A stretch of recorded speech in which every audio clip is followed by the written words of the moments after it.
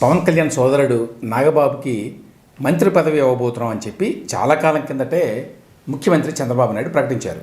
ఎప్పుడు లాస్ట్లో రాజ్యసభ ఎన్నికలప్పుడు, అంటే అప్పటికే దీని గురించి ఒక నిర్ణయం జరిగిపోయింది. అయితే ఇప్పుడు 5 ఎమ్మెల్సీ సీట్లకి ఎన్నికలు జరగబోతున్నాయి. ఆ 5 ఒక దాంట్లో నుంచి నాగబాబుని ఎన్నిక చేసి అప్పుడు మంత్రిని చేస్తారని చెప్పి అనుకున్నారు. రంగం అంతా సిద్ధంగా ఉంది అని కూడా అనుకున్నారు. కానీ సడన్గా ఇప్పుడు ఈ నిర్ణయంలో మార్పు వచ్చింది.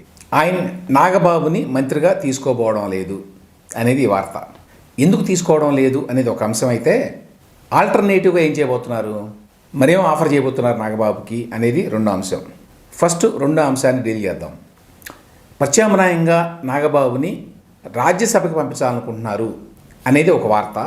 లేదు, ఏదైనా పెద్ద కార్పొరేషన్కి చైర్మన్గా నాగబాబుని పంపించాలనుకుంటున్నారు, ఇది రెండో వార్త.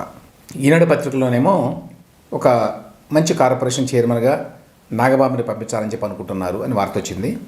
ఆంధ్రజ్యోతిలోనేమో లేదు రాజ్యసభకు పంపించాలని చెప్పి అనుకుంటున్నారు అని వార్త వచ్చింది.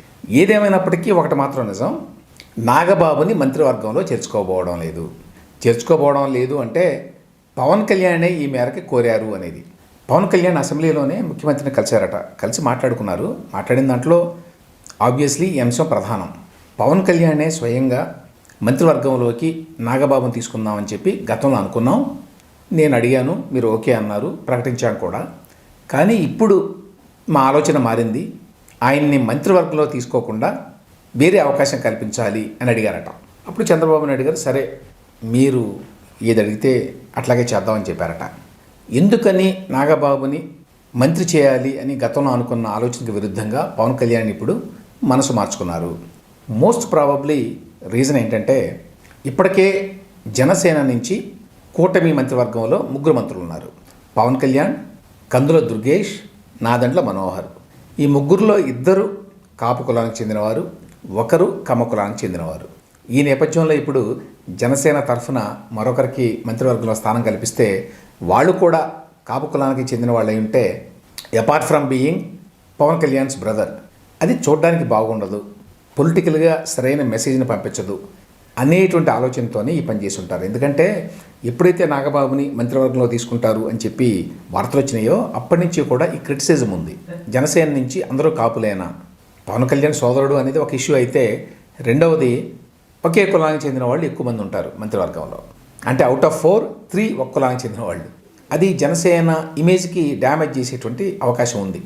ఈ నేపథ్యంలోనే నాగబాబుని మంత్రివర్గంలో కాకుండా వేరే పదవిని ఇద్దామని చెప్పి బహుశా పవన్ కళ్యాణ్ గారు అనుకొని ఉంటారు.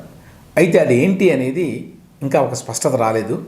ఏదైనా కార్పొరేషన్ చైర్మన్ పదవిని ఇవ్వడం అంటే చంద్రబాబు నాయుడు గారి చేతుల్లోనే ఉంటుంది కాబట్టి అది పెద్ద ఇష్యూ కాదు. ఇక రెండోది రాజ్యసభకు పంపించడం. నిజానికి రాజ్యసభకు వెళ్ళడం అనేది ఇంకా ఎక్కువ గౌరవప్రదం. అయితే రాజ్యసభ సీట్ ఇవ్వడం అంత తేలిక కాదు. ఈ మధ్యనే విజయసాయిరెడ్డి రాజ్యసభ సీటుకి రాజీనామా ఇచ్చాడు, అది ఖాళీ అవుతోంది. ఆ స్థానంలో నాగబాబుని రాజ్యసభకి పంపించాలి అనుకుంటే, అయితే దాని మీద ఆల్రెడీ బీజేపీ వాళ్ళ కళ్ళు ఉన్నాయి అని చెప్తున్నారు. కాబట్టి బీజేపీని కన్విన్స్ చేయాల్సి ఉంటుంది, both Chandrababu and Pawan Kalyan. Convince చేస్తే కానీ ఈ పని కాదు. కాబట్టి రాజ్యసభకి నాగబాబుని పంపించడం అంటే అది కొంత కాంప్లికేటెడ్ వ్యవహారం.